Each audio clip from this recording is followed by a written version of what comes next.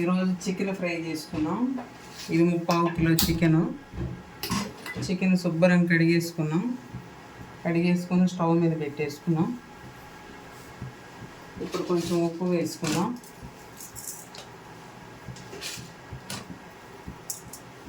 పసుపు కూడా వేసుకున్నాం.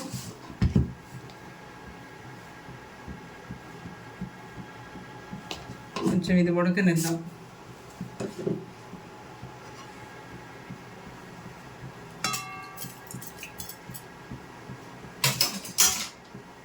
ఇది ఉడికేసరికి మనం మసాలా ప్రిపేర్ చేసుకున్నాం.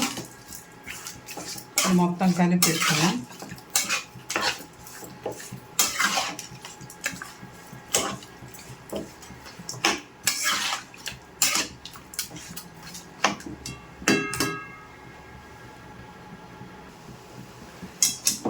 చికెన్ ఎలా కలిపేసుకున్నామండి.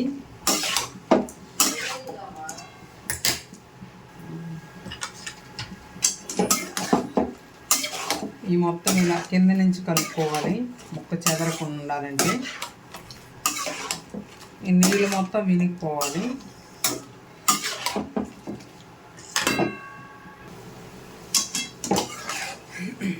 ఈ నీళ్ళు అనేది మొత్తం వినిగిపోవాలండి.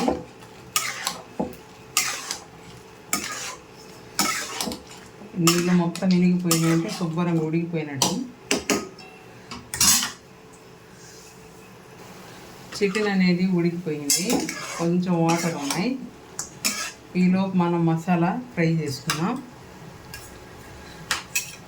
మరొక స్టవ్ మీద పెట్టేస్తున్నాను. మసాలా చూడండి ఒకసారి. చెక్క, మొగ్గ, ధనియాలు, 2-3 విలాసి, ఎండుమిర్చి ఈ మొత్తం ఫ్రై చేసుకుందాం.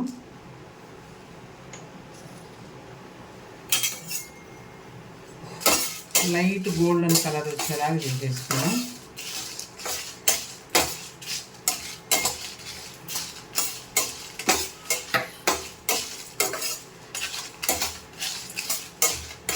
సన్న మంట మీద ఫ్రై చేసేసుకున్నాం.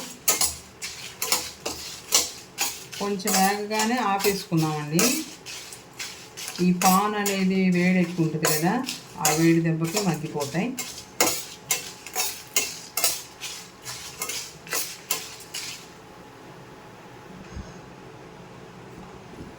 కొంచెం జీలకర్ర కూడా వేస్తున్నాను.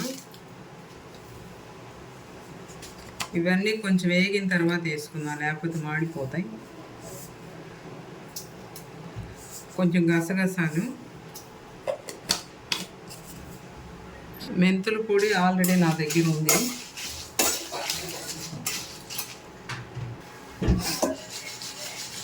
ఈ మొత్తం ఫ్రై అయిపోయినాయండి. ధనియాలు అవన్నీ మిక్సీకి వేసుకున్నాను. వీటిని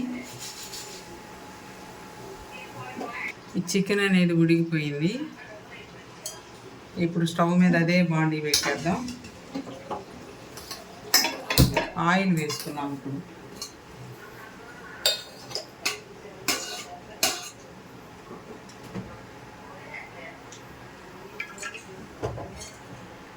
ఆయిల్ అనేది హీట్ అయింది.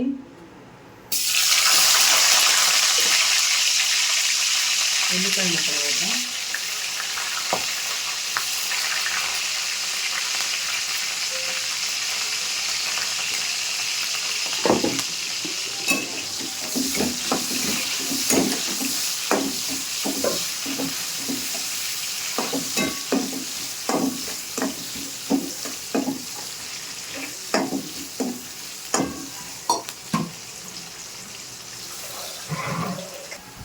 ఉల్లిపాయ ముక్కలు అనేది వేగిపోయాయి.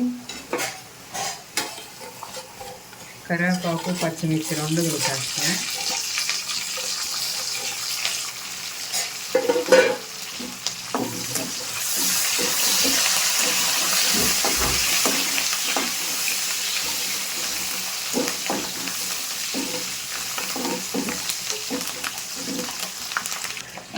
ముందుగా ఉడికించుకున్న చికెన్ కూడా వేద్దాం.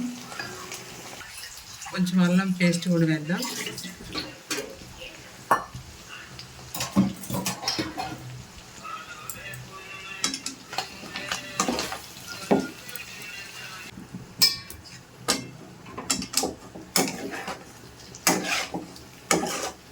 అల్లం వెల్లుల్లి పేస్ట్ పచ్చి వాసన పోయేదాకా వేసుకున్నాం.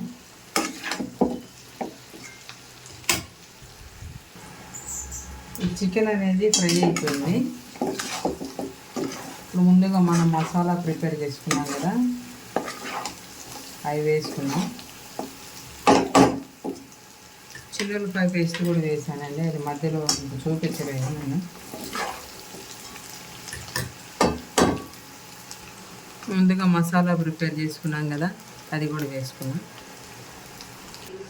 ఫ్రై అనేది అయిపోయింది. ఇప్పుడు కొంచెం సాల్ట్ వేసుకున్నాం.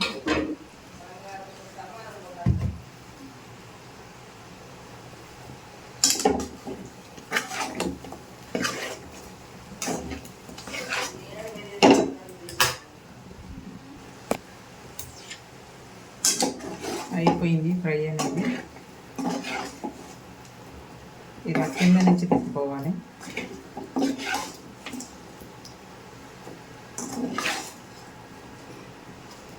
ఇంతేనండి, చికెన్ ఫ్రై రెడీ అయిపోయింది. మీరు కూడా ఇలా చేసుకుని నచ్చితే కామెంట్ చేయండి.